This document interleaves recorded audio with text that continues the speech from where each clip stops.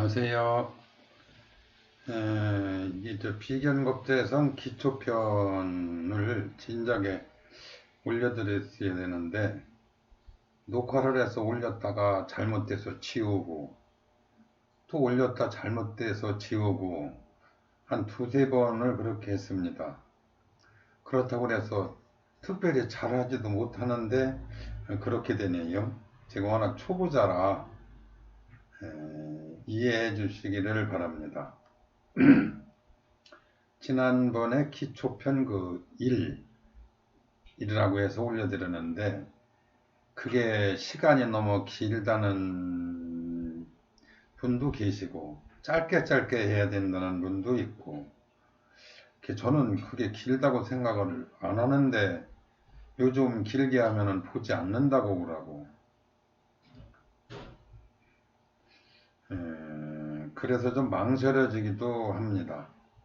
어쨌든 그 기초편 2편 해가지고 마무리를 져야 되기 때문에 기초편을 좀 길더라도 그대로 진행하겠습니다.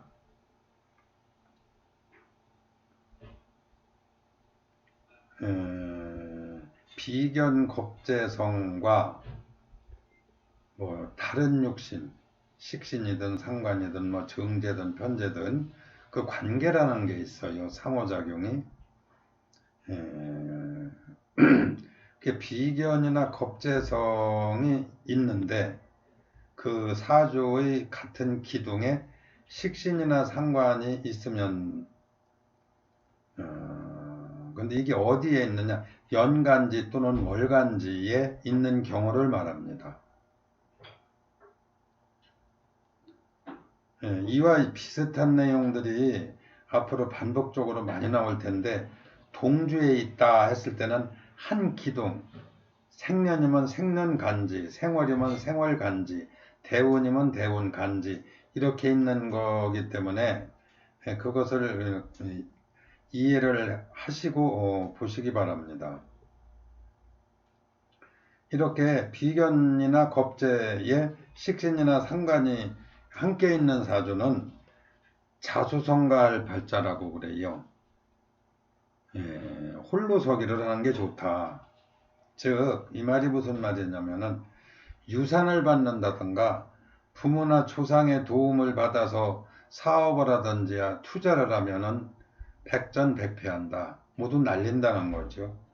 근데 이거 제가 참 수십 년간 이 사주 보면서 굉장히 많은 사람들을 봤어요. 여기에 해당된 분들 이런 이야기 하면은 심지어 면상에다 대고 욕을 하는 분도 있었는데 얼마 안 가서는 와서 후회하고 막 그런 일을 많이 봤습니다. 이러한 사주 구조로 되어 있는 사람은 인생살이에서 한때는 힘든 과정이 있다는 거예요. 어떻게 살아가든.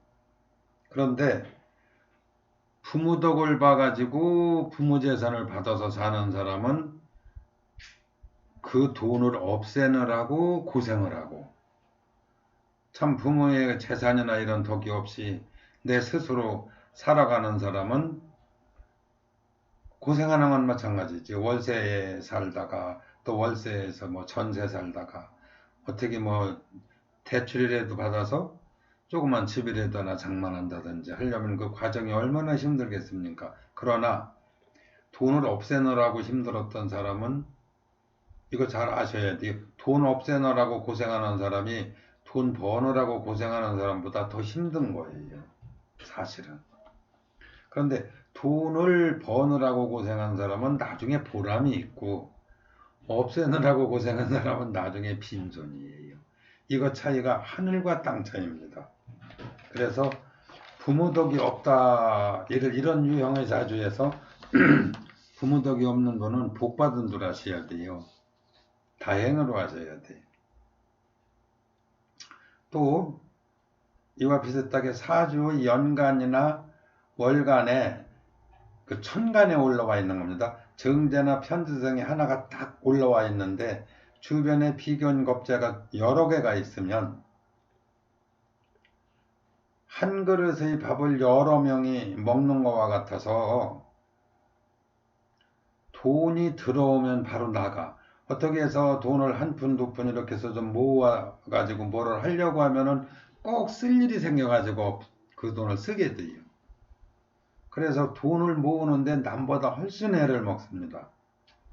이거를 고서에 보면은 군비쟁제 또는 군겁쟁제라고도 했습니다. 예나 지금이나 이 말은 굉장히 타당합니다. 다음은 비견겁제의 정관편관. 그러니까 비견이나 겁제가 있는데 정관이나 편관이 있는 사람, 사주의 연간지 또는 월간지를 말하는 거예요. 이런 사주는 사회성이 아주 좋습니다. 그리고 그 활동하는 영역, 활동 무대는 직장 생활이나 소속된 생활을 하는 것이 가장 좋다고 봐요. 왜냐하면 비견겁제 활동, 자유잖아요. 그런데 관은 직장 또는 통제선이거든요. 법과 같은 거란 말이에요.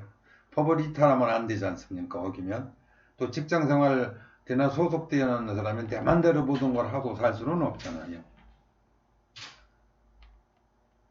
이런 경우는 그렇게 소속되어 있고 통제되어 있고 한 그런 곳, 뭐 공직이든 직장이든 그와 유사한 것이든 그런 데가 좋다는 거예요. 활동 영역이. 그리고 장기적으로 그렇게 일을 하면 반드시 좋은 결과를 본다.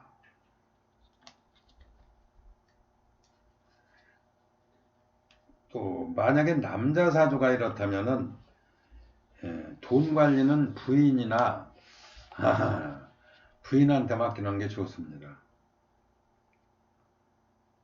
아니면 땅이나 부동산에 깊이 묻어두라는 경고가 있어요.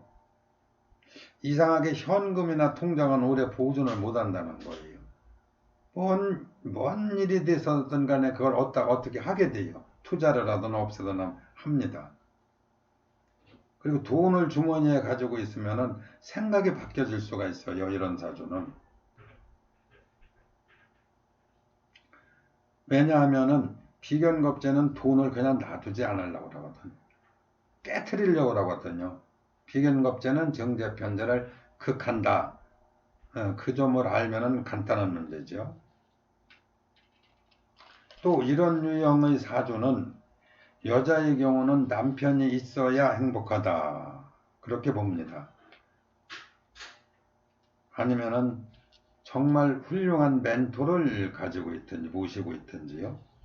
그래야 안정된 생활을 할 수 있다. 그렇게 봅니다. 안정되고 평화로운 생활을 원한다면 이것은 깊이 생각해 볼 문제입니다. 왜냐하면 근래에는 혼자 사시는 분들이 의외로 많거든요. 그런데 이런 유형의 사주는 생각을 좀 다시 해볼 필요가 있다. 또 비견겁제의 정관편관론으로 되어 있는 사주는 일단은 부부 해로가 쉽지가 않아요. 이것은 운명입니다.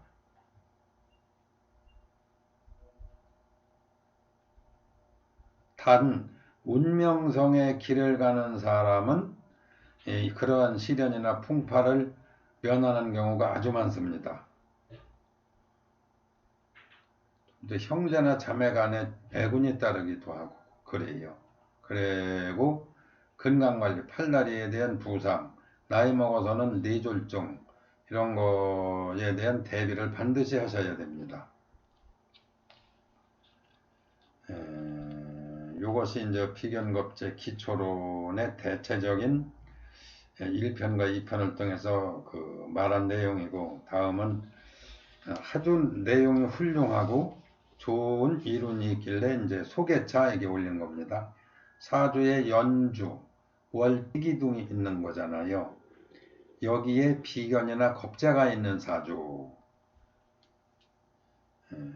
이 내용은 그 일본의 마키 교쿠소 선생님의 저서를 한국의 전호수 선생님께서 번역하신 이 여자의 운명이라는 책이 있어요. 명문당에서 출판한 겁니다.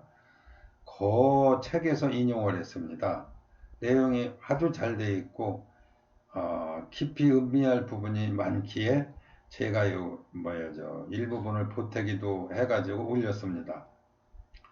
예, 마키 선생님은 일본 사조학계의 호문요의 학풍을 이어받으신 분이라고 저는 알고 있습니다. 만약에 인연이 된다면 저 필자의 5단 통변론을 꼭 전해드리고 싶습니다. 사조의 생년, 연조의 비견과 겁재, 비견과 겁재를 줄여서 비겁이라고 부르는 경우가 많습니다. 그래서 앞으로도 비겁하면 비견과 겁재를 말한다. 그렇게 이해하시면 되겠습니다. 연조의 비겁은 독립을 한다든가 부모와 떨어지게 된다든가 즉 비견이나 겁재가 연조에 있으면 조상과는 인연이 조금 멀다라고 보기도 합니다. 근데 근래 90년대 이후라고 봐야 되나?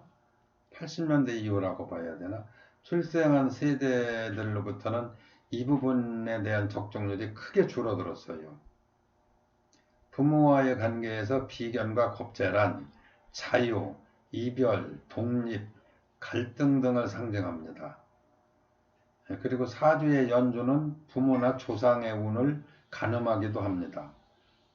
그래서 그곳에 비견이나 겁재가 있으면 이러한 판단을 하는 거예요. 부모와 나 사이, 조상과 나 사이에서 독립하고 자유를 찾는다는 건 이별, 떨어지는 거라고 보거든요. 성장에서는 일찍 결혼을, 즉 조혼의 가능성도 많이 있는데 절대 일찍 결혼하면 안 됩니다. 일찍 연주에 비견이나 겁자가 있어서 일찍 결혼하면은 시련이 좀 있겠구나 생각하셔야 돼요.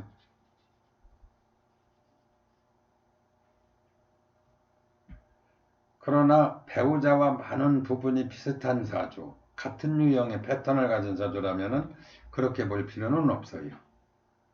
여하튼 연주의 비견 또는 겁재, 월주의 비견 겁재는 이성운, 즉 결혼운에서 시련과 고뇌가 있을 수 있다. 그렇게 봅니다.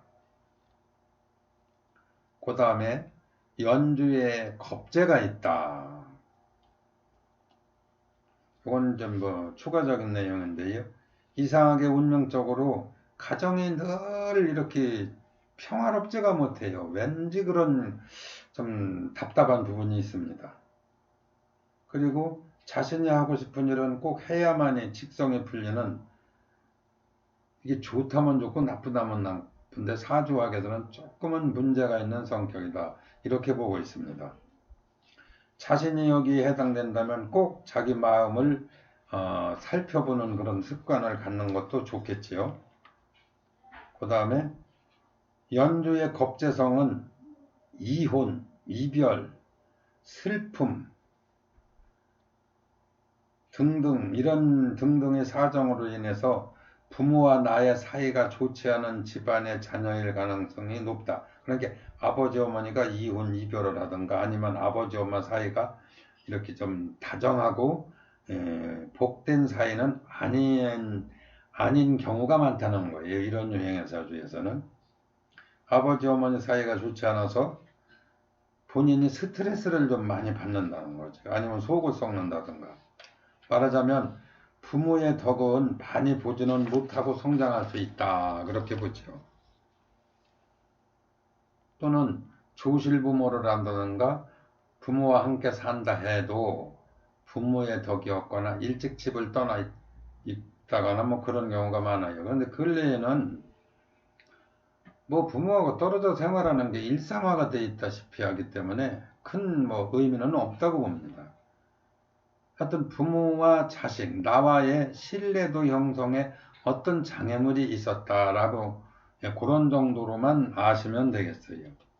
그 다음에 월주의 비겁. 월주의 비겁은 좋으면 좋고 싫으면 싫고 이거에 대한 태도가 좀 분명해요. 그래서 이 시비 그렇다 안 그렇다 좋다 나쁘다 좋다 싫다가 분명하면은 조금은 까칠한 성격이라고 보거든요. 그러나 자기 감정에 대해서는 좀 솔직하다. 그러나 이런 성격은 때로는 내 자신도 내 주변도 힘들게 한다는 점도 알아야 됩니다. 매사를 뭐든지 이거다 저거다라고 구분을 딱딱딱 짓는 성격은 본인도 피곤하고 주변 사람도 많이 피곤할 수가 있습니다. 그래서 월주의 비겁은 감정 조절을 잘하라는 암시가 있는데, 이는 친구나 대인관계, 친지와의 관계에서 감정적인 대응으로 인한 시비나 구설이 발생할 수가 있어요. 그래서 감정에 휘둘리는 자신을 잘 추스리는 그런 냉정함을 좀 키울 필요가 있겠다. 특히 이성간 또는 부부간에 언쟁이 자주 생긴다든가 아니면 가정적으로 이상하게 늘 편안하지 못해서 힘들게 살아가는 경우도 있어요. 이런 것을 팔자소관이다 그렇게 말하지요.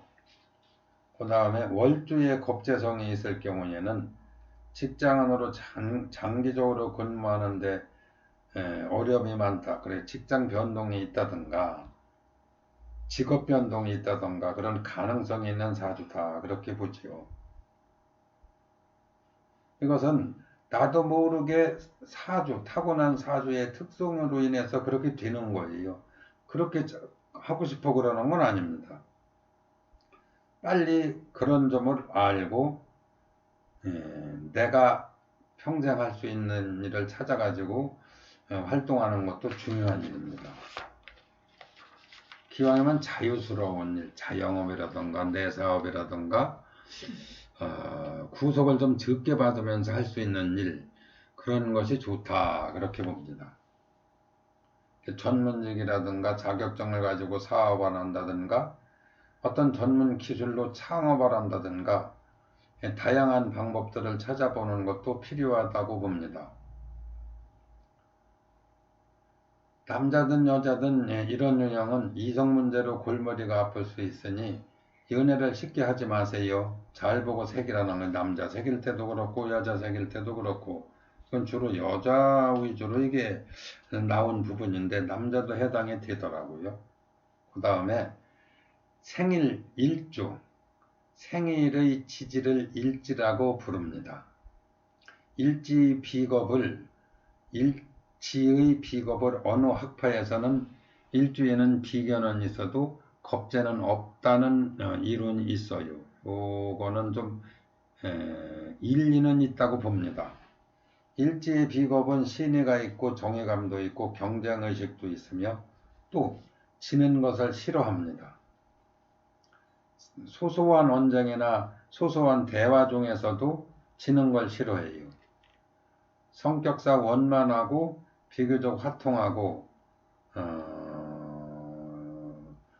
아주 좀 긍정적인데도 때때로 융통성이 조금 부족한 점도 있더라. 이 점을 계산한다면 아주 좋은 성격의 소유자. 그러나 사주나 대운에서 인수나 편인이 있으면 나타나든지 이 성격의 특성은 더욱 강해지더라고요. 이상하게 이런 유형의 사주는 여러 사람들과의 관계에서 좋은 관계를 오래 지속하기 어려운 상황이 생기어 아쉬움을 남기기도 합니다. 또 가정에서도 자신의 고집을 꺾지 않는 특성도 있는데 이 부분은 남자보다는 여자가 더 강하게 나타나고 있어요. 태어난 시간, 즉 시주의 비겁에 대해서 사주의 시주에 비견이나 겁재가 있으면 자손과의 관계가 원만하지 못하다는 그런 암시가 있습니다. 그러나 뭐 크게 신경 쓸 일은 아니겠지요. 농경사회가 주를 이루던 시대라면 아주 중요하지만 지금은 고도 산업화 사회 또는 컴퓨터 시대에 살아가는 사회 구조에서는 적용하는 데 한계가 있겠다. 또 하나 태어난 시의 작용은 운명에 주는 영향이 그렇게 강하진 못해요. 미미합니다. 작은 돌 하나가 파문을 일으키는 사례도 있기는 있기에 개인 사조의 특성에 따라 강하게 작용하는 사례도 한 20% 정도는 있어요. 시조의 비견겁제는 자녀가 일찍 결혼한다든가 아니면 자녀와 일찍 떠나 살게 된다든가 가정환경, 학업, 기타 등등의 사유로 해서요. 심한 경우는 자녀와 인연이 아주 멀어지는 경우도 있어요. 자녀 때문에 많은 신경을 쓰거나 재산을 날리기도 합니다. 이 부분은 아주 조심해야 됩니다. 아니면 말년운이 좋지 않아서 힘들게 살아갈 수가 있어요. 자식이 내 재산을 다 없앨 수 있다는 겁니다. 기초편은 아주 중요하지만 이것으로 사주를 평가하거나 판단하는 것은 좀 상가하셔야 되고 기초편은 그야말로 기초입니다. 기초는 나중에 다양하게 응용하는 데 필요한 거지 기초편이 절대적인 것은 아니에요. 그러나 기초편은 아주 중요합니다. 모든 것의 기초는 중요하듯이 마찬가지입니다. 다음은 비견겁제 남자편, 그 다음은 여자편 이런 식으로 올려보겠습니다. 감사합니다.